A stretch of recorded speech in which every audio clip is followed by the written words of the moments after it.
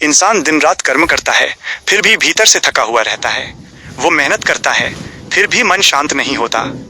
आखिर क्यों? क्या सच में कर्म हमें बांधता है, या फिर कर्म ही मुक्ति का रास्ता है? स्वामी विवेकानंद कहते हैं, कर्म समस्या नहीं है, समस्या है कर्म से जुड़ाव। अगर तुम कर्म को छोड़ दोगे तो जीवन रुक जाएगा, लेकिन अगर तुम कर्म के फल को छोड़ दोगे तो बंधन टूट जाएगा। आज की इस ऑडियो बुक में हम जानेंगे कैसे रोजमर्रा का काम योग बन सकता है, कैसे नौकरी, संघर्ष और सेवा मोक्ष का रास्ता बन सकते हैं, और कैसे बिना जंगल गए इंसान मुक्त हो सकता है। ये कोई कहानी नहीं है, यह जीवन को देखने का नया दृष्टिकोण है। ये है कर्म योग, स्वामी विवेकानंद के शब्दों में। अध्याय 1, कर्म का चरित्र पर प्रभाव। हर इंसान जो है वो अचानक नहीं बन जाता। कोई एक दिन में महान नहीं बनता और कोई एक दिन में पतित भी नहीं होता। इंसान का चरित्र धीरे धीरे बनता है, हर छोटे कर्म से। स्वामी विवेकानंद कहते हैं, कर्म का मतलब केवल काम नहीं है। सोचना भी कर्म है, महसूस करना भी कर्म है और सहन करना भी कर्म है। हर कर्म मन और आत्मा पर एक हल्का सा निशान छोड़ जाता है, और यही निशान समय के साथ इंसान का चरित्र बन जाते हैं। हम अक्सर सोचते हैं सुख अच्छा शिक्षक है, लेकिन सच ये है कि दुख कहीं ज्यादा गहरा सिखाता है। इतिहास के महान लोग देखो, अधिकतर को दुख ने गढ़ा है, गरीबी ने तपाया है और अपमान ने मजबूत बनाया है। सुख ने आराम दिया, लेकिन दुख ने दिशा दी। ज्ञान बाहर से नहीं आता, कोई तुम्हें कुछ दे नहीं सकता। जो कुछ भी तुम जानते हो वो पहले से तुम्हारे भीतर मौजूद है। जैसे पत्थर में आग छिपी होती है और टकराने पर निकलती है, वैसे ही कर्म आत्मा से ज्ञान बाहर लाता है। हर चोट, हर अनुभव, हर संघर्ष आत्मा से कुछ न कुछ जगा देता है। हम सोचते हैं ये सब मेरे साथ क्यों हो रहा है, लेकिन कर्मयोग कहता है यही तो वो प्रक्रिया है जिससे तुम बन रहे हो। हर छोटी आदत, हर रोज का व्यवहार असल में तुम्हें पहचान देता है।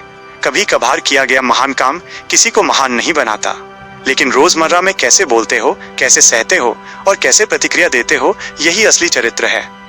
स्वामी विवेकानंद कहते हैं, महान अवसर किसी को भी थोड़ी देर के लिए महान बना सकते हैं, लेकिन वही इंसान वास्तव में महान है जो हर परिस्थिति में एक सा रहता है।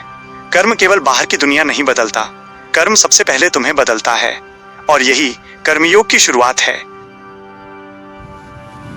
क्या है? सबसे बड़ा सवाल यही है, मेरा कर्तव्य क्या है? क्योंकि जब तक इंसान को ये पता नहीं होता कि उसे करना क्या है, तब तक कर्म उलझन बन जाता है। अलग अलग लोगों के लिए कर्तव्य अलग अलग होता है। जो बात एक के लिए धर्म है, वही दूसरे के लिए अधर्म हो सकती है।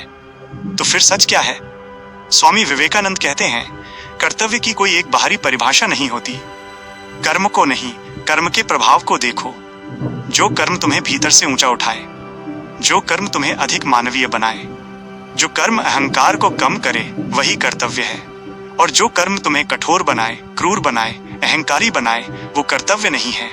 अक्सर इंसान दूसरों का कर्तव्य आसानी से पहचान लेता है, लेकिन अपना कर्तव्य देखने में सबसे ज्यादा अंधा होता है। हम सोचते हैं मैं इस पद के लायक हूँ, मैं इससे बेहतर कर सकता हूँ, मुझे इससे ऊपर होना चाहिए। लेकिन प्रकृति इतनी आसानी से किसी को भ्रम में नहीं रहने देती।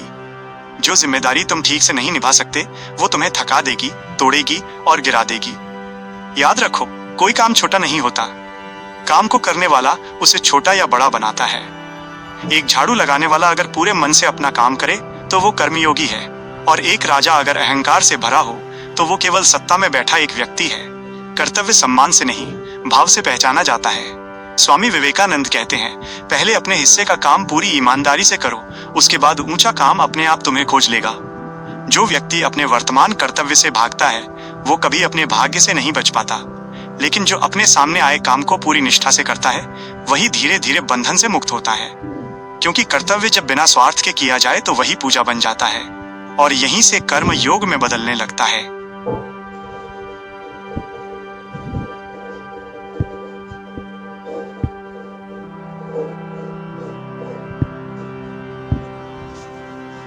अध्याय 3, हम दुनिया की नहीं, खुद की मदद करते हैं।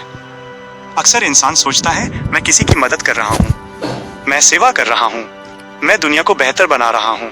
ये सोच अच्छी लगती है, लेकिन पूरी सच्चाई नहीं है। स्वामी विवेकानंद कहते हैं, दुनिया को हमारी मदद की जरूरत नहीं है। दुनिया हमसे पहले भी चल रही थी और हमारे बाद भी चलती रहेगी।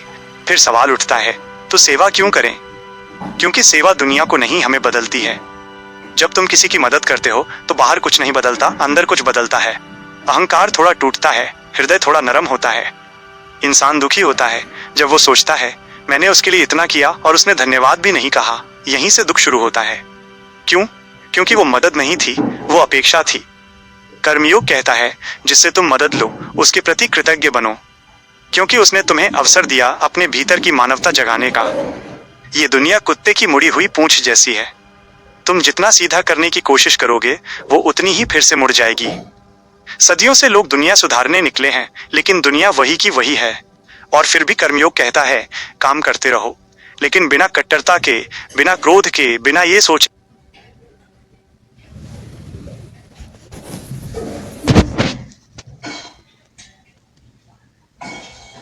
ही सही हूं। जब इंसान कट्टर बन जाता है तो वो दूसरों से नहीं, अपने भीतर से लड़ने लगता है।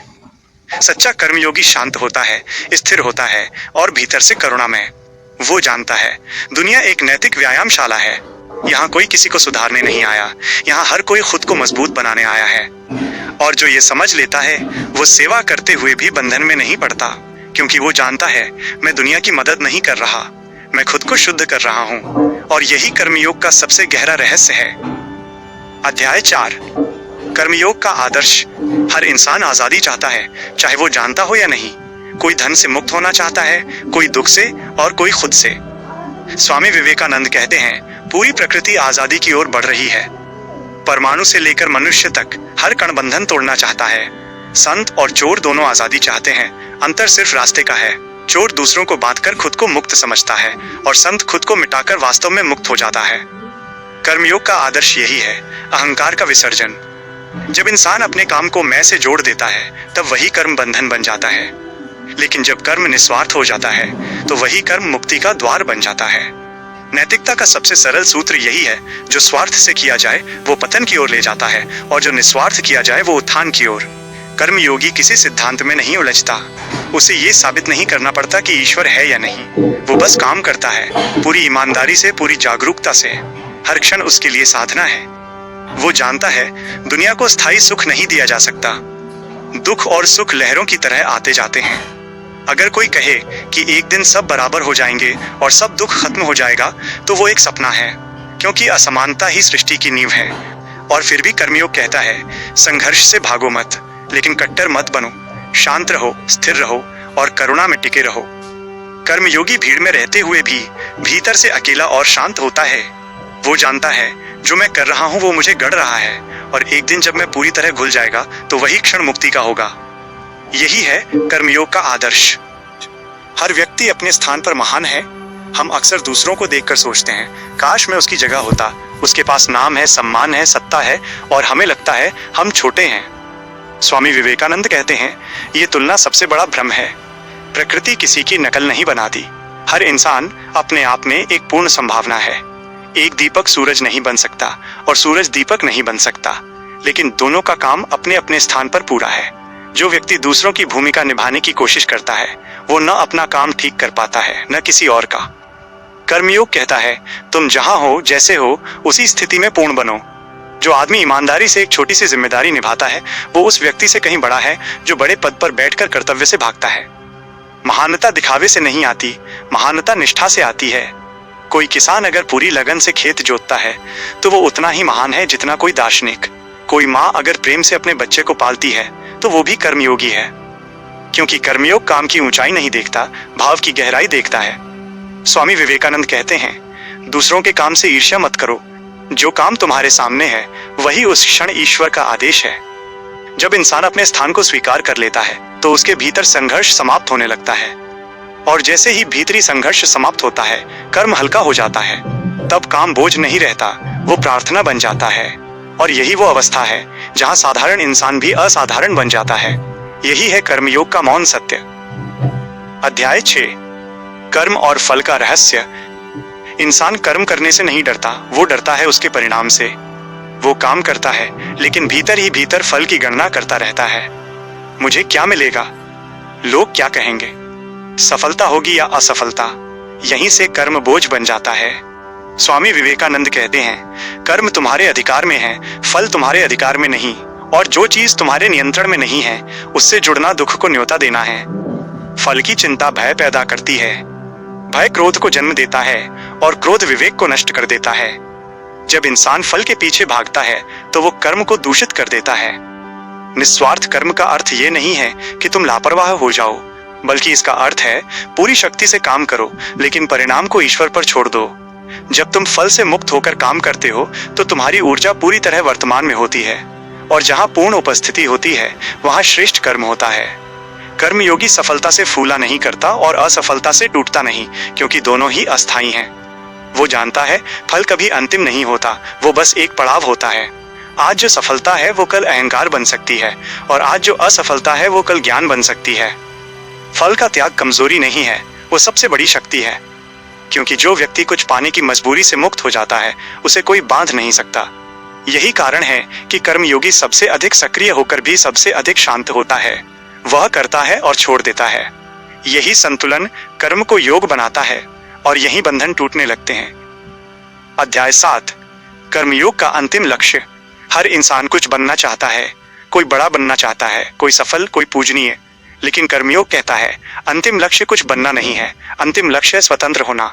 स्वतंत्रता से अर्थ है डर से मुक्ति, लालच से मुक्ति और अपने ही अहंकार से मुक्ति। स्वामी विवेकानंद कहते हैं जब तक मैं है तब तक बंधन है, और जब मैं मिट जाता है तो वही क्षण मुक्ति का होता है। कर्मयोगी कर्म को छोड़ता नहीं, वह कर्म में डूबता भी नहीं। वो करता है लेकिन स्वयं को कर्ता नहीं मानता। जैसे नदी बहती है और समुद्र तक पहुंचकर अपना नाम खो देती है, वैसे ही कर्मयोगी अपने कर्म में अपना मैं खो देता है। वह न तो पुरस्कार चाहता है, न निंदा से डरता है। सम्मान और अपमान उसके लिए एक से हो जाते हैं, क्योंकि वो जानता है जो स्थायी है वो बाहर नहीं है। बाहर सब बदलता है, अंदर चेतना सदा रहती है। कर्मयोग का अंतिम लक्ष्य कोई पद नहीं, कोई सिद्धि नहीं। अंतिम लक्ष्य है आत्मज्ञान, और आत्मज्ञान का अर्थ है अपने वास्तविक स्वरूप को पहचान लेना। जब इंसान ये जान लेता है कि वो शरीर नहीं है, मन नहीं है, भूमिका नहीं है, तो कर्म उसे बांध नहीं पाता। तब वो दुनिया में रहते हुए भी दुनिया से मुक्त होता है। यही है कर्मयोग की पूर्णता। यही है स्वामी विवेकानंद का संदेश। कर्म से भागकर कोई मुक्त नहीं हुआ, और कर्म में उलझकर भी कोई मुक्त नहीं हुआ। मुक्त वही हुआ जिसने कर्म किया, लेकिन अपने मैं को बीच में नहीं लाया। स्वामी विवेकानंद हमें कोई नया काम नहीं सिखाते, वो बस काम करने का नया तरीका सिखाते हैं। ऐसा तरीका जहां मेहनत है लेकिन बोझ नहीं, जहां सेवा है लेकिन अपेक्षा नहीं, जहां संघर्ष है लेकिन भय नहीं। अगर ये संदेश आपके भीतर थोड़ा भी हिला हो तो समझिए कर्मयोग ने आपको छू लिया है। काम करते रहिए, ईमानदारी से, पूरे मन से, और फल को छोड़ दीजिए, क्योंकि कर्म आपका है लेकिन मुक्ति भी आपकी ही है।